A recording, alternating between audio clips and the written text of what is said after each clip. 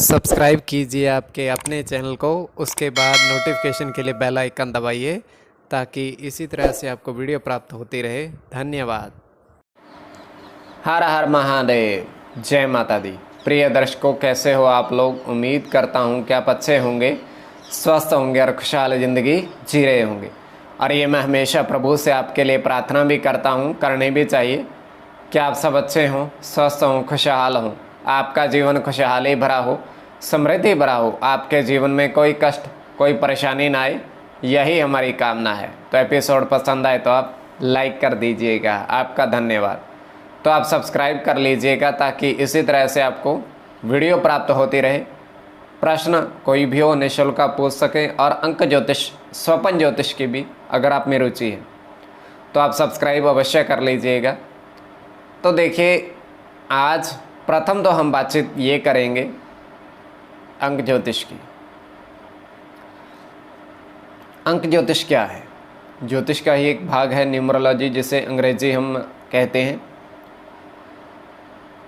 तो प्रश्न ये उठता है, आपका कोई भी नाम है या कोई भी जन्म कुंडली है, मन में प्रश्न ये है कि हमारा शुभ अंक क्या है, जिसे हम कई बार आपने देखा होगा कि मोबाइल नंबर किसी का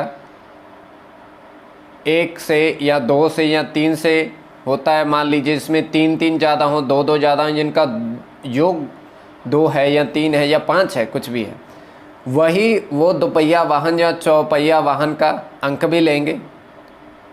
1 2 3 8 ऐसा कुछ, या 0 0 5 2 कोई भी हो सकता है। मान लीजिए कोई भी जिनका योग 5 आता है या योग 3 आता है, या जिनके लिए 3 अंक शुभ है, वो मोबाइल का नंबर 3 ज़्यादा 3 और उसमें वाहन का नंबर भी 3 लेंगे क्योंकि उनके लिए शुभ रहता है।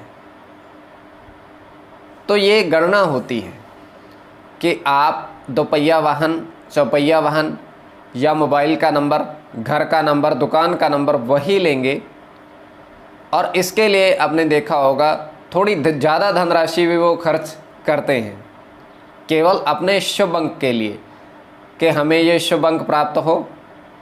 और हमारे लिए 3 का शुभ है या 6 का शुभ है या 8 का शुभ है, और वही हम नंबर मोबाइल का भी लेंगे, घर का भी, और सभी जगह उसको प्रयोग भी करेंगे और उनको लाभ भी होता है।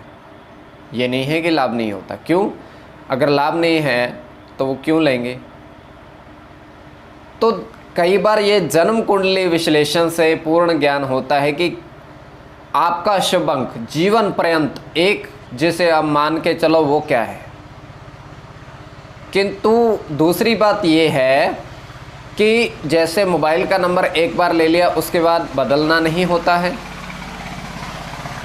और दोपहिया वाहन, दुकान का या घर का नंबर एक बार ले लिया, तो गणना ऐसे होती है कि उस ग्रह में जैसे 3 अंक आपके लिए शुभ है, तो गुरु का अंक है, अंतरदशा, महादशा, और गुरु ऐसी स्थिति में बैठे होते हैं कि तब आप घर का नंबर लेते हो, दुकान का, मोटरसाइकिल का या मोबाइल का। उसके बाद ग्रह स्थिति बदलती रहे, महादशा बदलती रहे, अंतरदशा बदलती रहे, पर लाभ वो देते रहेंगे। उसके बाद अगर आप कोई अन्य वाहन खरीदते हैं या मोबाइल का नंबर लेते हैं तो आपके लिए वो 3 अंक का कार्य नहीं करेगा। क्यों? क्योंकि कुछ विशेष परिस्थितियों में अंतरदशा, महादशा, कोई भी ग्रह पूर्ण रूप से और पूर्ण जीवन पर्यंत आपको लाभ नहीं दे सकता है, क्योंकि उस गोचर में भी ग्रह बदलते हैं, पाप ग्रहों की दृष्टि भी आती है, पाप ग्रहों के प्रभाव में भी आते हैं, नीच के भी होते हैं, मृत भी होते हैं, सभी गणना इसमें होती है। तो इस तरीके से आप पूर्ण रूपेण गणना अगर आपको जाननी है तो आप शुभ अंक से संबंधित कोई भी आपका प्रश्न है तो आपका जन्म का समय, जन्म का स्थान और नाम अवश्य लिख दीजिएगा, और उसके बाद गणना करके आपको बता दिया जाएगा कि वर्तमान में कौन सा अंक आपके लिए सबसे अच्छा है। और आगे किस और अंकों की भी दोस्ती और दुश्मनी होती है वो आपको आने वाले समय में हम लिख कर बताएंगे। तो आप सब्सक्राइब कर लीजिएगा ताकि इसी तरह से आपको वीडियो प्राप्त होती रहे, कोई धनराशि नहीं लगती है। तो चलिए अब स्वप्न की बात, तृतीय पहर का स्वप्न, और इसमें ये है कि स्वप्न जो 1:05 की समाप्ति का है। हम देख पा रहे हैं कि चारों ओर जल है, जल ही जल है, जल ही जल है, और 2 पत्थर उस जल के ऊपर हैं, दिखाई दे रहे हैं। पत्थर, 2 पत्थर जुड़े हुए हैं